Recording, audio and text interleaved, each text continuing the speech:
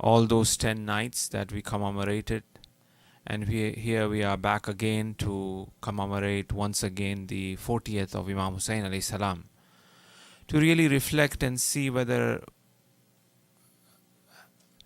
what we have learned for those 10 nights, particularly the day of Ashura, where we have paid allegiance to Imam Hussein, to the Imam of our time, and promised a lot of things to ourselves through these majalis to bring a change in us, and whether these promises that we have made or the things that we have learned, have those things reached its fruit or not. So that becomes the 40th of Imam Hussein alayhi salam. It's very easy to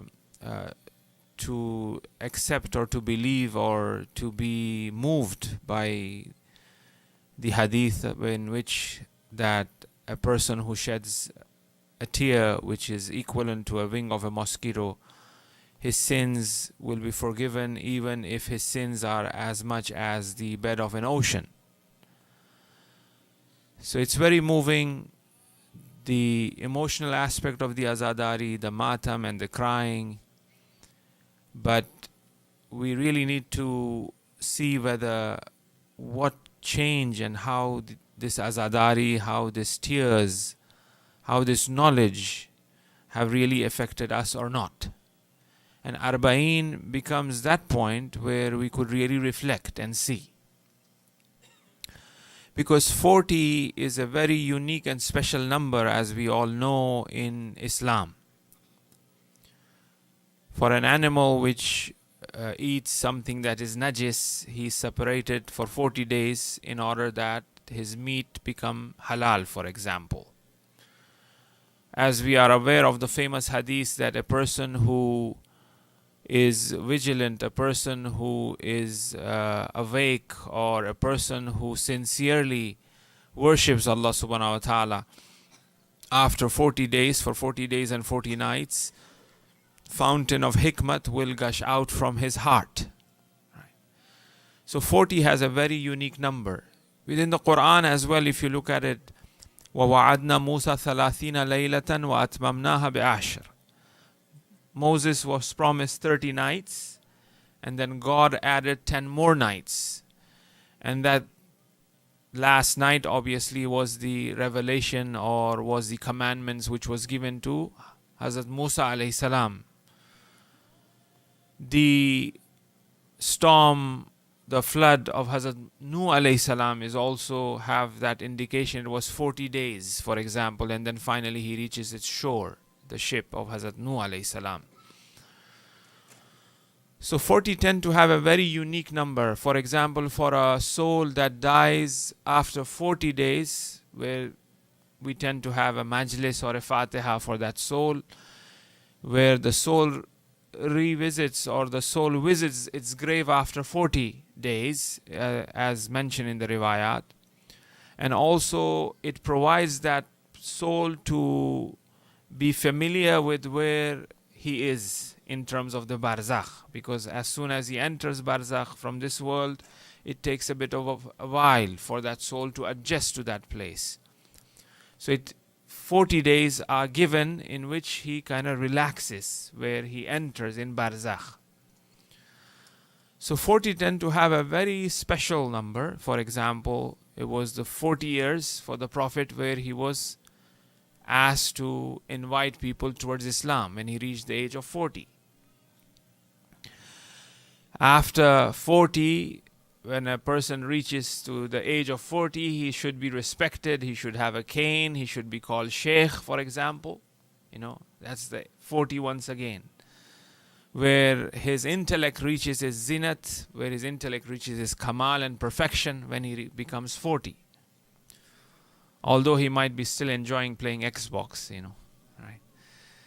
But still, they say that at the age of 40, it's where he should be, or he must, that's the guidelines given. After 40, it's down the hill as well. After 40, they say it's down the hill. So basically, one have to be very careful. If a person have not rectified himself till 40, then it becomes very difficult for him, or then he should forget of any rectification to take place, with all due respect to myself. So, therefore, 40 becomes a very fascinating and unique figure and number from an Islamic point of view as well. Then you have this 40th of Imam Hussein alayhi salam, which seems to be overwhelmingly emphasized by the Ahl Bayt alayhi salam in the traditions. And as you reflect that, the ziyarat of other Masumeen alayhi salam also stems out from or gets the spirit of ziyarat from the ziyarat of Arba'in of Imam Hussein. The ziyarat Arba'in of Imam Hussein is emphasized so much that the other ziyarat tends to be indebted to the ziyarat of Arba'in of Imam Hussein alayhi salam, right? So although there are narrations which talks about how much it is recommended to the ziyarat of other Masumeen, Imam Rada, so on and so forth, but all of these riwayat and hadith seems to have a great deal of debt to be paid to the ziyarat of Arba'in of Imam Hussein alayhi salam, where that sunnat or where that culture of ziyarat really started as such, from the ziyarat of Arba'in of Imam Hussein alayhi salam. So on this eve of ziyarat of Arba'in of Abu Abdullah al-Hussein, where we find narrations that it is so powerful that even not only the Anbiya and Awliya would visit Imam Hussein alayhi salam on the 40th, but even Allah subhanahu wa ta'ala with His special mercy will descend from His throne, which is an indication of His special mercy descending on the day of Arba'in for the ziyarat. We will reflect a bit more tomorrow in relation to that narration of the 11th Imam, which he talks about the alaim, the signs of a mu'min are 5. One of them is the ziyarat Arba'in. Mu'min and ziyarat Arba'in. Now I will ask you something. Who is a mu'min, or who is the mu'min, I would say?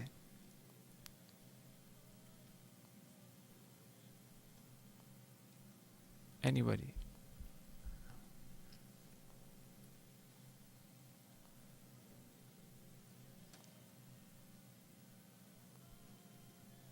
Mu'min. I'm not talking about the Mu'min Center in Dallas,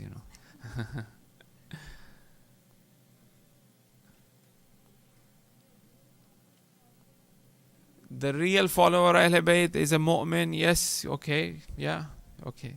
That's one. It's something to begin to start with.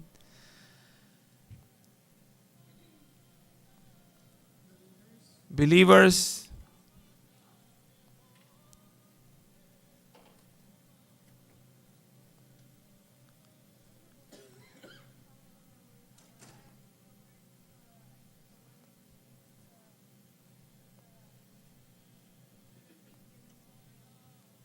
As an amana, okay, good.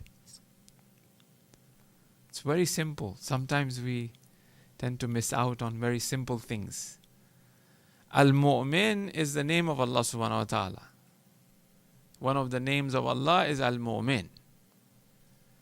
So when you have, when we say that Al-Mu'min, Mir'atul Mu'min, as we say, Mu'min is the mirror of, a mu'min brother is a mirror of another mu'min brother, right? We have that hadith that, because we reflect each other, so to speak, or if I make a mistake, as you are my brother, you'll rectify me or you'll correct me as a mu'min, But in reality, al-mu'min is Allah. Al-mu'min is Allah. Now, this mu'min here, which is a mu'min makhluq, which is mu'min mulki on this earth, he is what? He is a reflection of Al-Mu'min. He is a reflection of that divine name, which is Al-Mu'min, which have within it all of the other asma as well. Because the names of Allah and the awsaf of Allah is not different from each other. You know, Allah is Rahman, at the same time He is Qahhar. His Qahhariyat is no different from His Rahmaniyat, right? Or Him being a Mu'min is no different from Him being Mudil, for example, or Hadi, or Hayy, or Qayyum, right? So He has all of those divine names within that name of Mu'min. You know, that Mu'min name is one of the reflection of His aspect, of His nature. So when we say that Al-Mu'min, as if Al-Mu'min, or Mu'mineen now I would say, or Al-Mu'min, a true Mu'min, in reality is a reflection of Allah subhanahu wa ta'ala. So that's what the hadith is trying to show or point out to. That although horizontally speaking, Al-Mu'min Miratul Mu'min, but vertically speaking is Al-Mu'min Miratul Mu'min. That's why Al-Izzatu Lillah wa li Rasulihi wa lil Mu'mineen. You know, Izzah belongs to Allah, to the Rasul and Mu'mineen.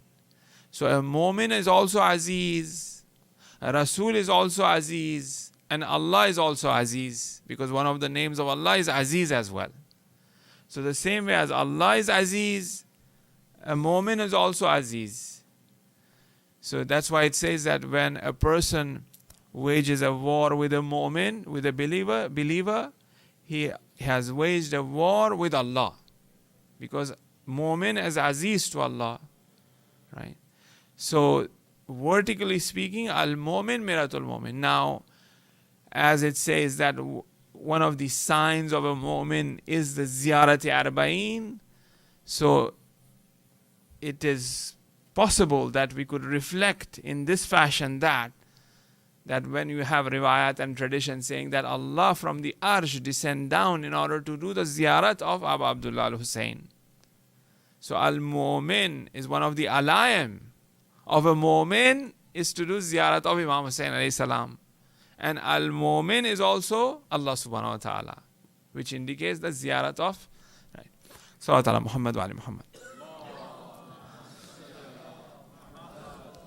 So this ziyarat is a very special ziyarat. Inshallah, if we have few nights coming up, perhaps we could, reflect upon this ziyarat a bit, read its translation, and at the same time try to, look the different angles of this ziyarat, inshallah. But tonight, what I want to do is to look at the reality of us vis-a-vis Arba'in, as I said, that whether we have really reached to a point where we could say that we have learned from the majalis of Imam Hussein, from the sacrifice of Imam Hussein. And when we look at Ashura and the sacrifice of Imam Hussein, and today when we look at more than 20 million people doing the ziyarat of Imam Hussein alayhi salam, it really points out to that the sacrifice which Imam Hussein made, which was for humanity, have indeed reached its fruit. Because humanity means that when you have nothing and you give, that is insan. When you have nothing and then you give, that is insan, that is humanity. So today when you see the brothers in Iraq or these mawakib, they have nothing, but they give.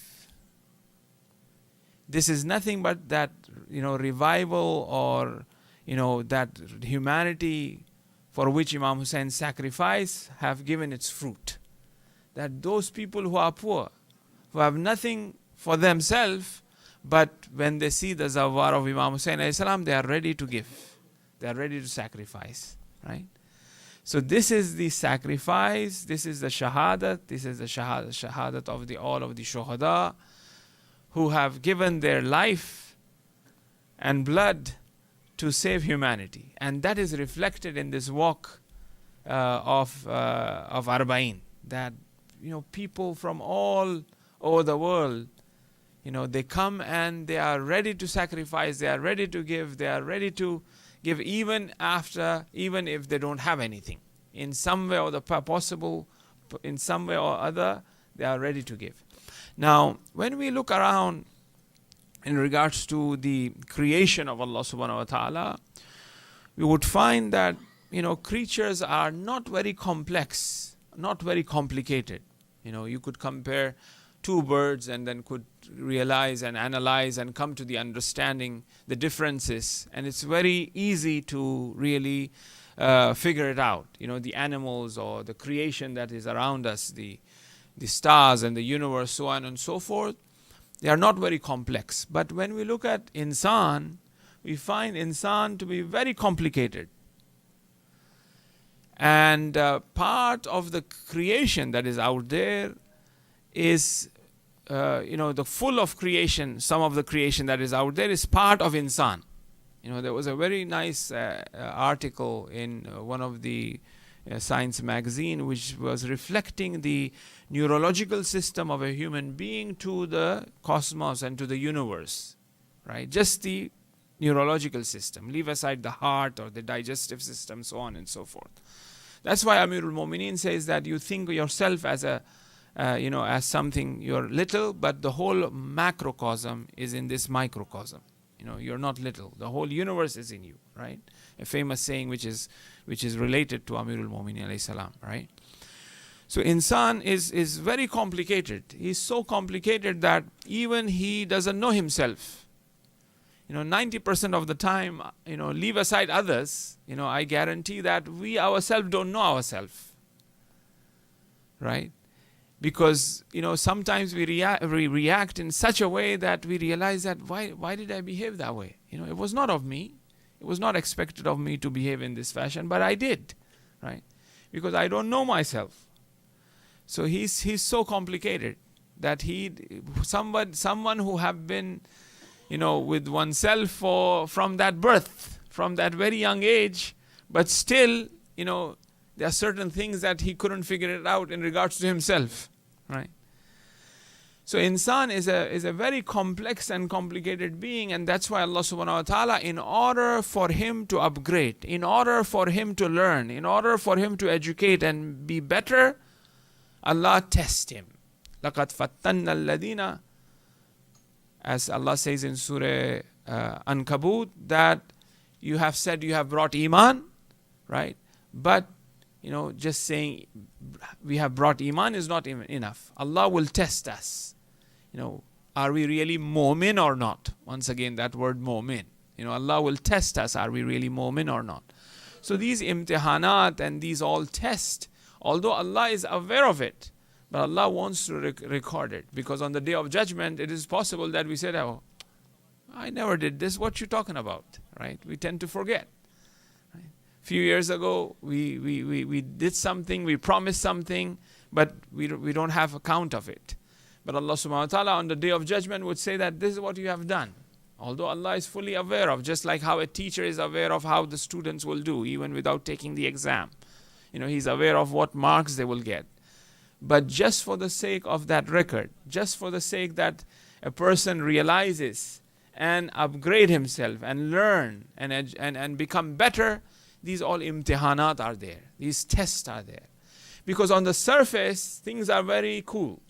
Things are going very good. If life is very habitual, going okay, then there is no development. There is no progress. But when that test comes, then you have the aspect of developing. Then you have the aspect of progressing. Because on the surface, things are always good. All of a sudden, something happens. For example, especially, when you're traveling, one of the ways to realize each other is because traveling is a test. When you go for ziyarat, when you go for hajj, and all of a sudden, you realize is that the person who is taking the caravan, he loses your passport. Then hell breaks loose. Then you will, that person will have never seen that side of yours. That he would have never imagined. You were, mashallah, very humble, very kind, very helpful. All of a sudden, he loses your passport and you can't go back. Or something of that accord happen, or sometimes even, for example, the breakfast is not right. Passport is a big thing, really. Sometimes some petty little things. The taxi is not there on time, right? So therefore, that's the time of test, right? And the real comes out. The real me comes out at that time, right? That's why you have this saying in Farsi, Sagamra, Sagamra dar nahi hari, yani do not bring the dog out of me.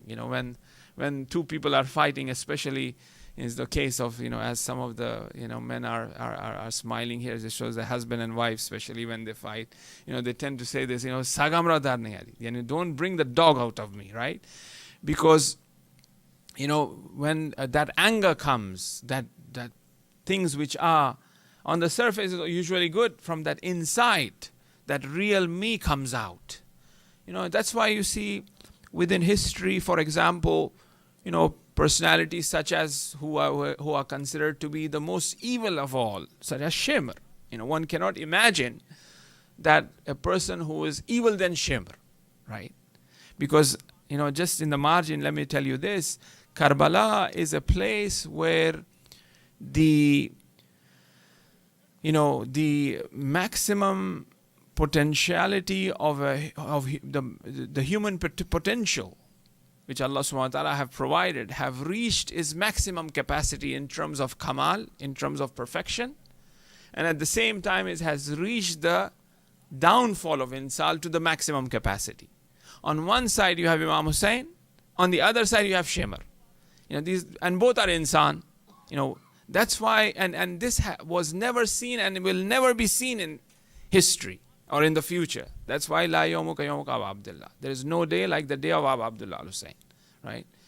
And it is the most beautiful, the most beautiful tale, which the author is God. The most beautiful play, where God have really designed or made that in that way, with that free choice at the same time, not to think that it was already sort of like a theater where they participated. No, in their most natural way, human beings participated in the best possible way to the maximum. From the side of Imam Hussein alayhi salam, you have that, and at the same time you have that reflection of that dark side. It was as if like, Imam Hussein's kamal, and then you have the Shimr evil, which is the reflection of complete opposite, right? So you have people like Shimr, on the surface, a person who fought alongside with Amirul Mu'mineen against Muawiyah in Siffin, where he was also the commander-in-chief of one of the battalions of Amirul Mu'mineen. He led one of the certain troops against Muawiyah.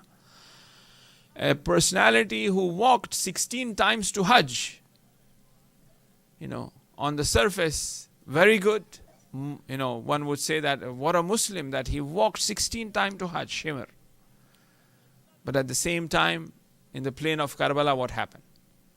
Because sometimes it's very, easy or to practice just the outward form of things, but to really reflect on, and to really calculate that, what is this move and these actions, what I'm doing, where does it really come from? Is it really true or not true, right? Like, for example, you hear that after the martyrdom of Imam Hussein alayhi salam, they burned the tents, and you have this riwayat where the earrings of Hazrat Ruqayya was snatched, and they were looting the tents and so on and so forth. And one of the riwayat of Maqtal of Abi Makhnaf, which says that the person was crying while he was snatching the earrings, right? And they asked him, you are crying at the same time you are doing this horrendous crime. He says, if I don't do it, somebody else would do it, right? The person is very sad, person doesn't like it, but he's doing at the same time that act. If I don't do it, then somebody else will do it. I was just recently shopping in Asda, we have there in England, which is like Walmart here, right? It's one of their chain. It was a Sunday. Sunday, things close early in England. 4 o'clock, everything shuts down. Usually, the grocery stores are open, till 11, not 24 hours. Like, 5 o'clock, everything shuts down. People have people give time to their family there. After 5, they are home, with their kids, So on Sundays, 4 o'clock, everything shuts down there. So I was shopping, and usually it's quite crowded on Sundays, right? Long lines, long queues at the till. So there was one till that I found out that, I was so happy that there was nobody there. There was this poor girl, she was just waiting, and so tired. Then I could really see that. Then I said, wow, I got to put my grocery there. So I ran there, I put there. Then I told her that I'm really sorry, if I don't put it here, somebody else will do it, right? So it's a very similar concept. If one really reflects that, if I have that insaniyat, perhaps I would have said, okay, fine, let her rest for a couple of more minutes. I could have gone to some other line. But I was so much so that, okay, I got the chance. Here's my chance to save time, get home early.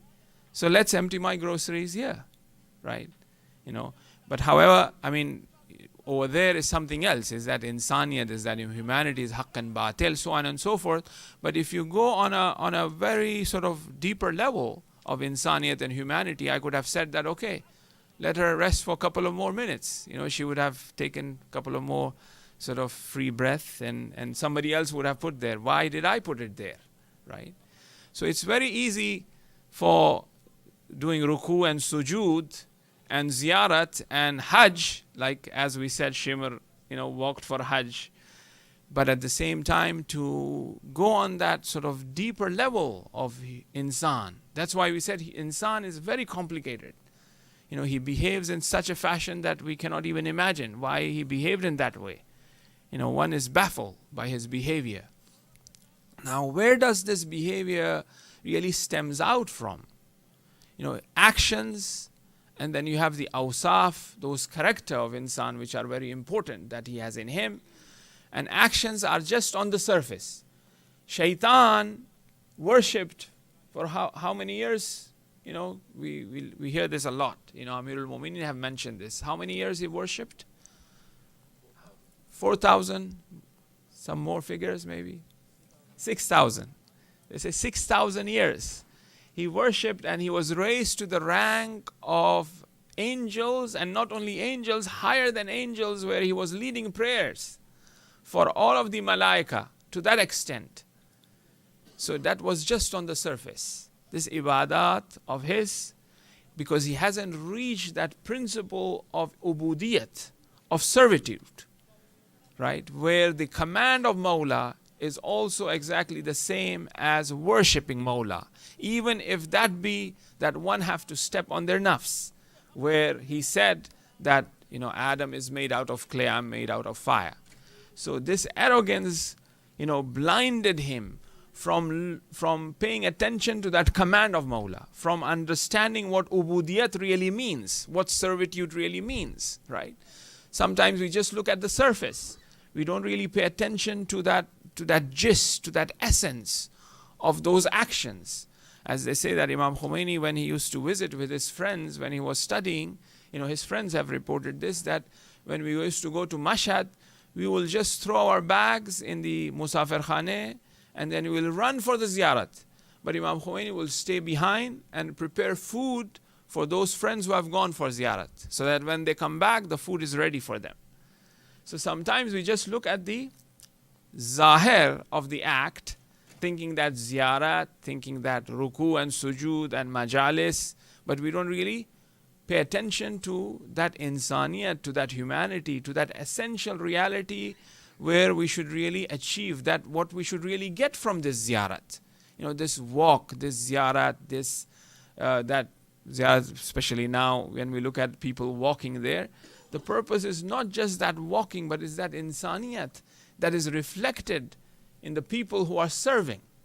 For them, if they would have said, okay, ziyarat, we will also go for ziyarat. It's ziyarat arba'in, instead of serving the zuwar.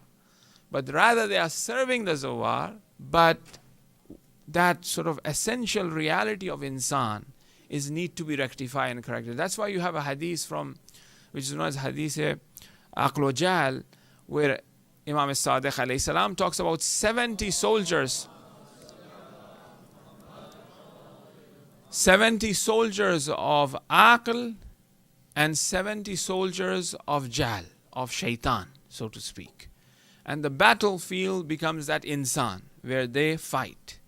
So now, let's take a bit more further in order to make this argument of ours that human beings are very complicated and complex, and on the surface they might be practicing, they might be saying they are mu'min, they are believer, but in terms of their essential reality, they have that sort of haywaniyat still in them. That's why Imam Hussein says that An-nas abidud dunya. People are slaves of the world. Deen, religion, is something that is al-sinatihim. It's on their tongue. It hasn't gone inside. But when the time of test comes, the religious ones are very little. So people, human beings, are abidud dunya, are slave of the world. But when the time for test comes, there will be very little people, because deen is just on their mouth, right? All of these people who came to fight Imam Hussein alayhi salam, they were all Muslims. Some of them were hafiz of the Quran. They were aware of who Imam Hussein is to a greater extent, because Imam Hussein, that's why he was introducing himself over and over again, right? When he came to the camp of Ubaidullah ibn Hurr Jofi, who camped out from Kufa, where Imam Hussein, he himself came to the camp and he said that I left Kufa because I didn't want to see you, because if I see you, I'm going to get in trouble. But you came to my camp. And then he says, yes, are you going to join me? He says, here's my horse and here's my sword. Then Imam says that on the day of Ashura, run, be very far, so that my voice doesn't reach you. If it does, you will be in trouble, right? So therefore, people, when it comes to that test, it becomes very difficult. Right? So why is it that it becomes difficult for him? What is it really required of him to bring that change? Because we tend to focus just on the outward aspect of things. Lying, is it halal or haram? Cheating, is it halal or haram? Backbiting, is it halal or haram? Right. So we are saying that all of these actions are haram, right? Lying is haram. Backbiting is haram. But where all of these coming out from? A person who is jealous, he would lie. A person who is impatient, he would backbite. A person who, for example, is jealous, he would cheat. He would not allow somebody to excel in his field. He would say something, he will misrepresent, right? He will lie, right? We are just focusing upon, okay, lying is haram. So I'm trying to just control the zahiri aspect of that. Backbiting, I shouldn't be backbiting. But I need to look into that. Why am I really backbiting? What was the reason for me to backbite? What was the reason for me to cheat, right? Like, for example, if I have that soul, that fitrah, which is truthfulness, for example, if I'm sadiq, if I'm truthful in my nature, that character that I have, if I'm truthful, then I will not lie, then I will not backbite, then I will not cheat, right? I might try to control a couple of times not to backbite, not to lie, but if my soul is not truthful, then eventually, I will lie. Then eventually I will cheat, right? Or if I'm not sabr, which is one of the qualities of the soul.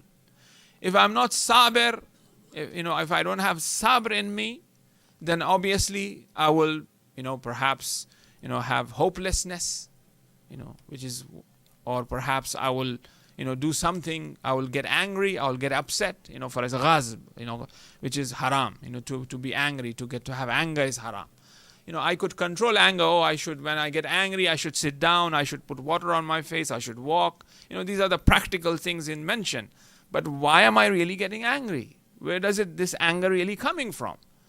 Just because, for example, perhaps my son or my children doesn't listen to me, I get upset, I get angry.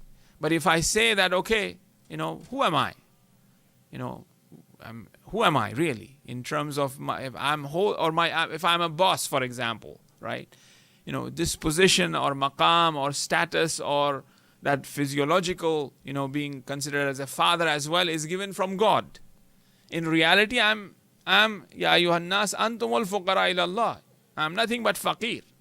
So if I regard myself as, faqr, essentially nothing. That's what insan is. That he is nothing. Just as how the oddness for 3 is essential to 3, the same way insan is faqir in essentiality. He is nothing. So if I have that mindset that I am nothing, then that anger will not be there. Then that aspect of being arrogant will not be there. Right? So if I do that calculation, so that change has to be within the soul, within the nafs-e-insan, in order that he doesn't have these sort of odd practices which are considered to be haram. So this goes back to his awsaf. This goes back to his sifat. So we have this model of insan on 3 levels. One are his actions, which we say that his ruku, his sajda or his ibadat is just the outward action that he has, lying and so on and so forth, being kind, being humble, right?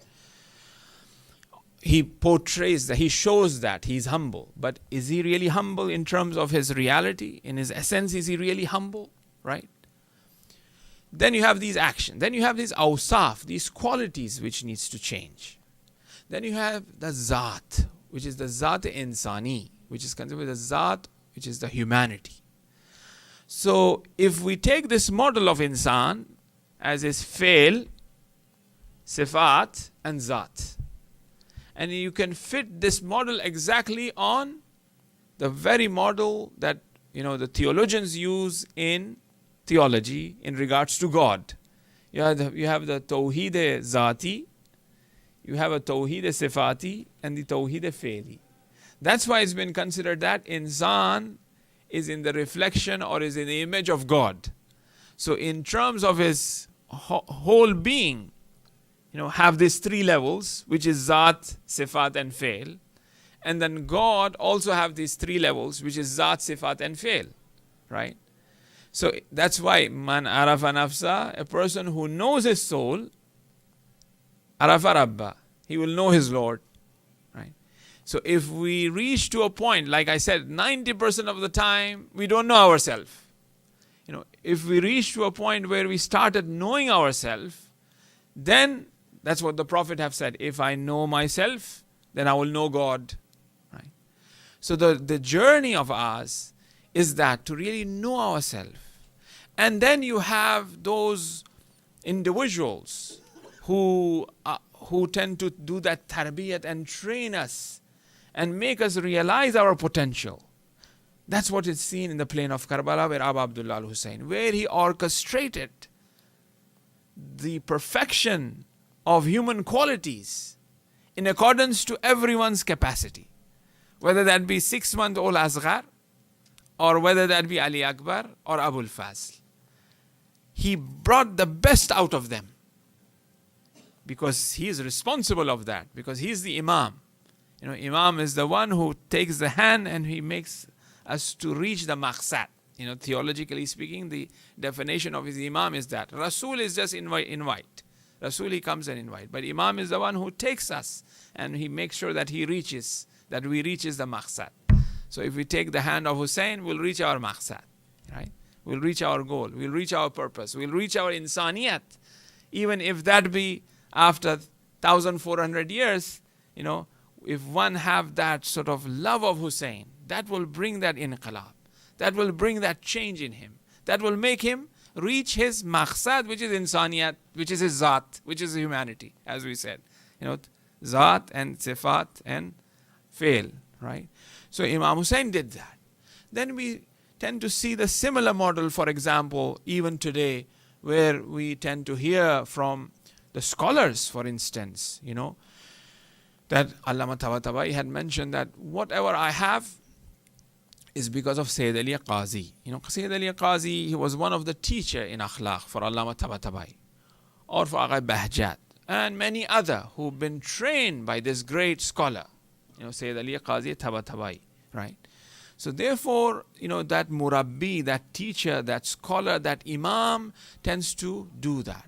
But from our side, we also have that sort of potential, that that thirst to bring that change in us. And Arba'in, that 40 days of this matam and majlis and azadari and love and shedding tears for Imam Hussein should have brought us, should have kind of ignited us and helped us towards this journey of really becoming an insan, really becoming a human being, right?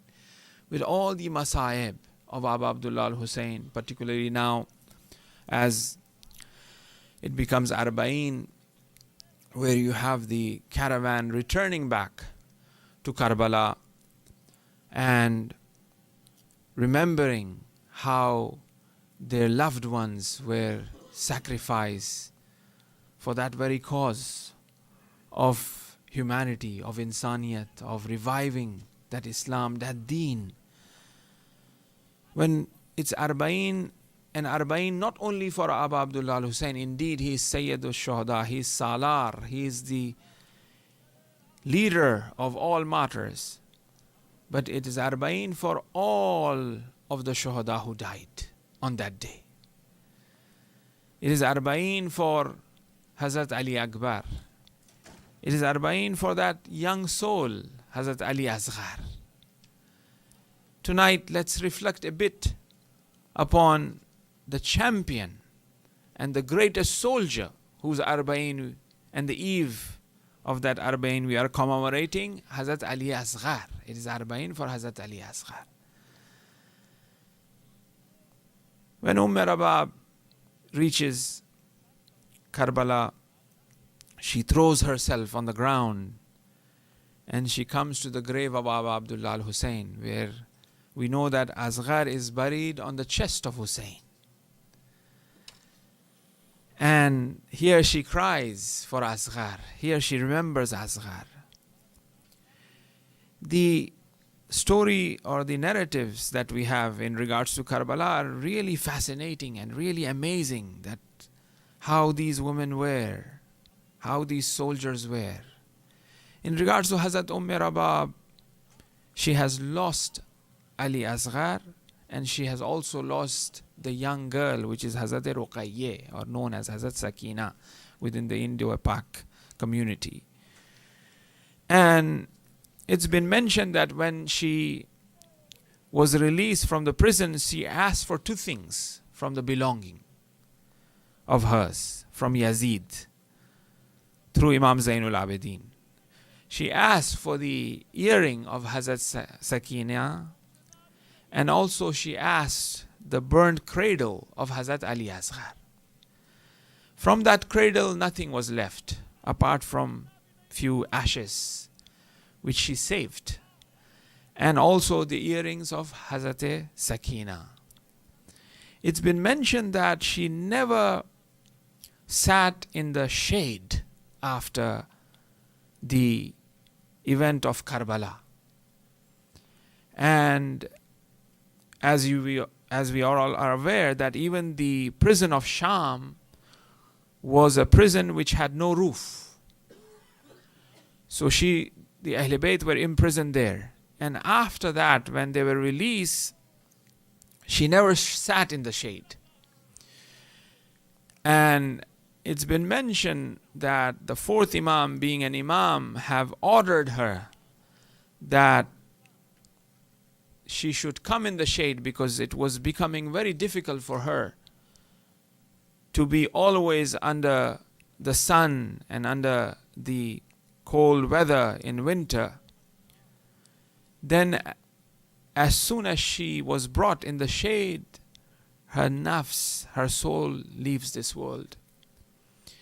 And when the belonging of her was brought, such as that chador that she used to always wear, Imam Zainul Abidin says that it had two knots in it.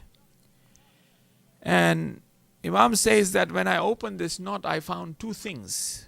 In one of the knot was the ashes of the cradle of Hazrat Ali Asghar alayhi salam. And he opened the other knot. It was the earrings of Hazrat Sakina.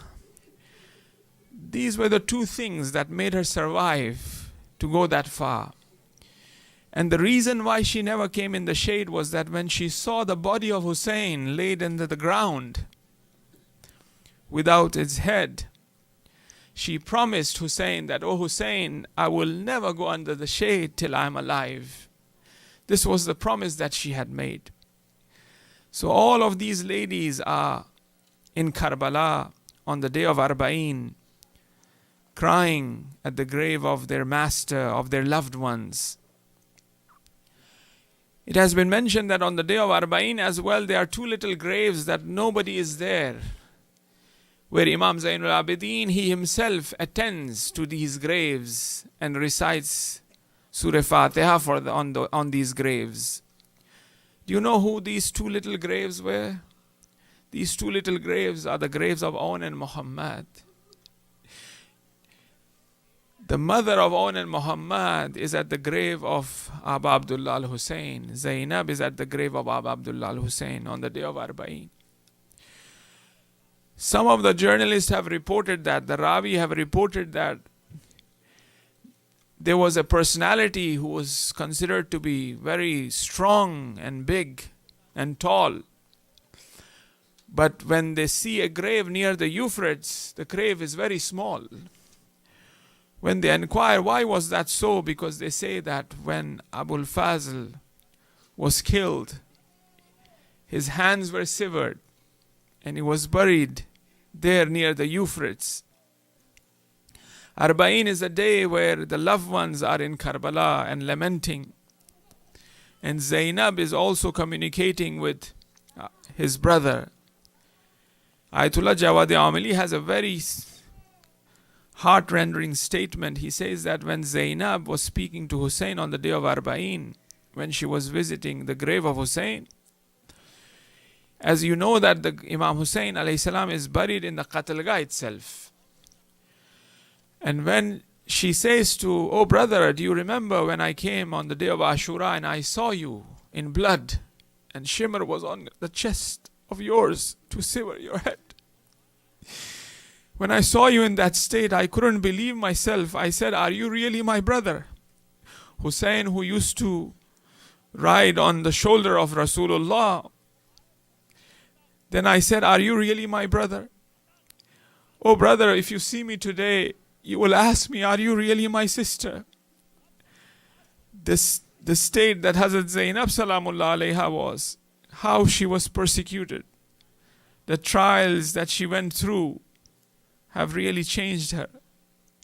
Allah lanatullah ala qawm al-zalimin sayalamu alladhina zalamu ayya munqalibin yanqalibun. Matam ya Hussein. Ya Hussein. Ya Hussein. Ya Hussein. Ya Hussein. Ya Hussein. Ya Hussein. Ya Hussein. Ya Hussein. Ya Hussein. Ya Hussein. Ya Hussein. Ya Hussein. Ya Hussein. If we can come a little closer. Ya Hussein. Ya Hussein. Ya Hussein. Ya Hussein. You're the mirror of kindness and bliss of Allah. Ya Hussein. You're the door of house of forgiveness of Allah. Ya Hussein. You're the reflection of the greatness of Allah. Ya Hussein. You're the mirror of kindness and bliss of Allah. Ya Hussein. You're the door of house of forgiveness of Allah. Ya Hussein. You're the reflection of the greatness of Allah. Ya Hussein. Ya Hussein. On the day of Arba'in, my heart is in Bain al-Haramain. On the day of Arba'in, my heart is in Bain al-Haramain. Grant us on Judgment Day the shafa'at of Imam Hussein. Grant us on Judgment Day the shafa'at of Imam Hussein. Maulana Ya Hussein, you're the son of Zahra Ya Hussein. Maulana Ya Hussein, you're the son of Zahra Ya Hussein. Maulana Ya Hussein, you're the son of Zahra Ya Hussein. Maulana Ya Hussein, Ya Hussein, you sacrificed everything you had for Allah. Ya Hussein, your pain brought pain to the chest of Rasulullah.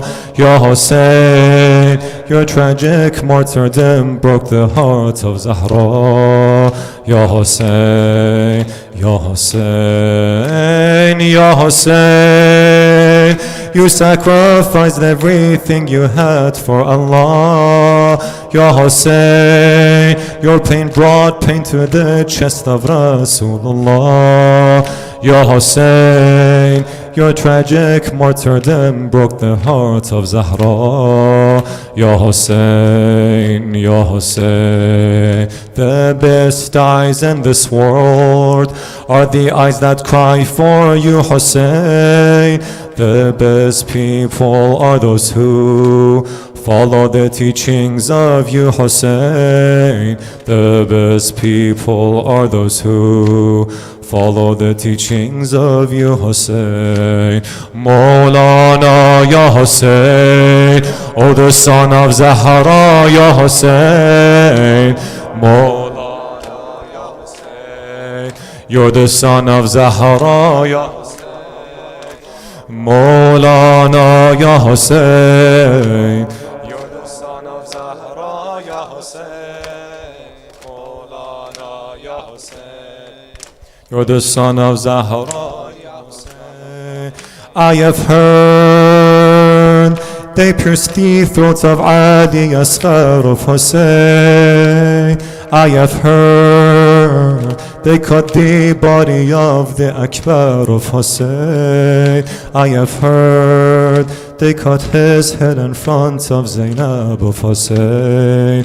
Ya Hussein, Ya Hussein. I have heard they pierced the throats of Ali Asghar of Hussein. I have heard they cut the body of the Akbar of Hussein. I have heard they cut his head in front of Zainab of Hussein. Ya Hussein, Ya Hussein, the la'nat of Allah be upon those who killed you, Hussein. Those who banned water from the Ahlul Bayt of Imam Hussein. Those who ban water from the Ahlul Bayt of Imam Hussein. Maulana Ya Hussein, you're the son of Zahra Ya Hussein.